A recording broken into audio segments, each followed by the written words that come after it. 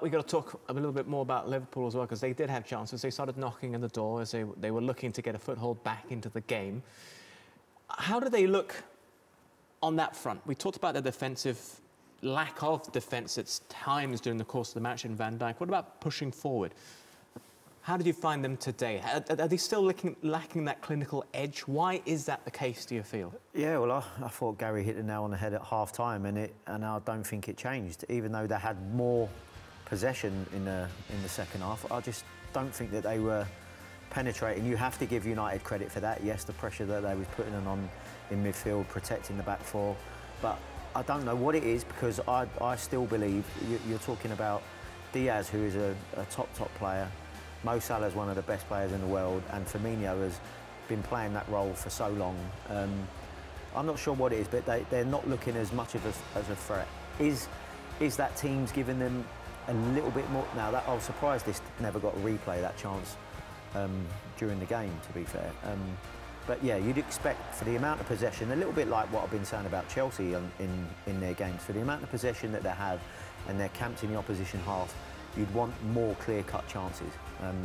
Now, they're getting half chances. We're talking about Henderson's volley a little bit in the first half, and there's ricochets that are going, being cleared off the line and stuff. But if you're Liverpool, you want to be creating more, and they've been used to creating more. That's why there'll be a lot of talk about the lack of cutting edge, like was said, is that they're so used to creating chances, causing problems, and there wasn't enough of that tonight.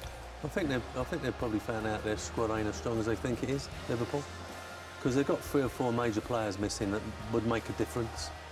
And you know, I don't think Klopp's in a position to play his best 11 at the moment because of the injury situation. Who's going to partner Van Dijk? Obviously, the boys up top. Matip's not available, is he, at the moment? Thiago, who's been running the midfield. Huge you know, miss, he went tonight with Milner and Henderson. I don't think he's done that for some time. And look at the midfield: Henderson, Milner, and the young boy. You know, that ain't the Liverpool midfield, is it? You know, so I think he'd be desperately wanting his better players back. You'd have to say as well, for the 2 goals that they conceded, there was, for me, it was an okay 1-2 to get behind Trent, but then I don't know what Virgil van Dijk's doing. Then you have to say that Jordan Henderson makes a huge mistake to not get a clearance on the ball or controlling the ball in front of the 2 centre-halves, and then Joe Gomez makes the wrong decision in not trying to run. So they are avoidable, the 2 goals, but I'd be a little bit more worried about the fact that they're not being as creative in the final third as what we're used to, because they've always conceded chances, but you just felt that the front 3 were too good about scoring goals and creating problems at the other end, that at the moment they don't seem to be doing it. I'm just going to throw this out there. I mean, Núñez is going to come back. He's suspended for 3 matches, served the first game today.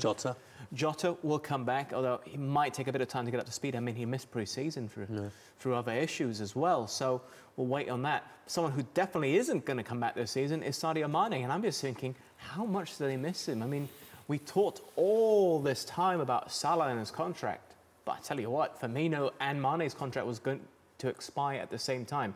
This is, of course, before Mane left and Salah signed his contract extension.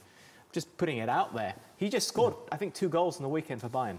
Yeah, well, again, if you look back to Mane at Liverpool, had an exceptional time at the club, scored goals, caused opponents problems with his pace and his movement. But I still think there's enough quality in that Liverpool side. You know, they've still got enough up front if they're all available and fit. And we've just run through who's not available at the moment. You know, I think tonight would have been perfect to have brought Jota on to give them something different up front, but he's unfit. So what do you do if you're Jurgen Klopp? You know, you have to weather this period of time until you've got everybody available. I'm with you, though. I do think Mane is a huge miss, because he could have played on the left, he could play as the 9. I think off the ball, he was outstanding as far as defending from the front, bit of a leader. I think he is a huge miss. Yes, I agree that they have massive quality up top, but Mane, I feel, in the last 4 or 5 years has been one of the top attackers in world football.